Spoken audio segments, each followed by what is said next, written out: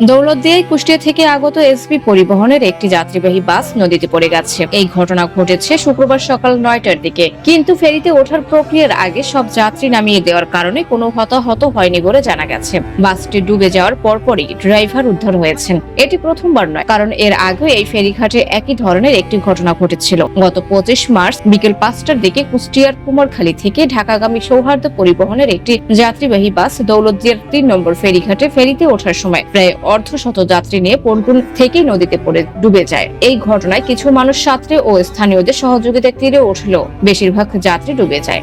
ঘটনাস্থল থেকে দীর্ঘ 7 ঘন্টা পর ডুবে যাওয়া বাসটিকে নদী থেকে উদ্ধারকারী জাহাজ হামজা টেনে তুলেছিল। সানিয়া খান, তারাশ বিডি, ঢাকা।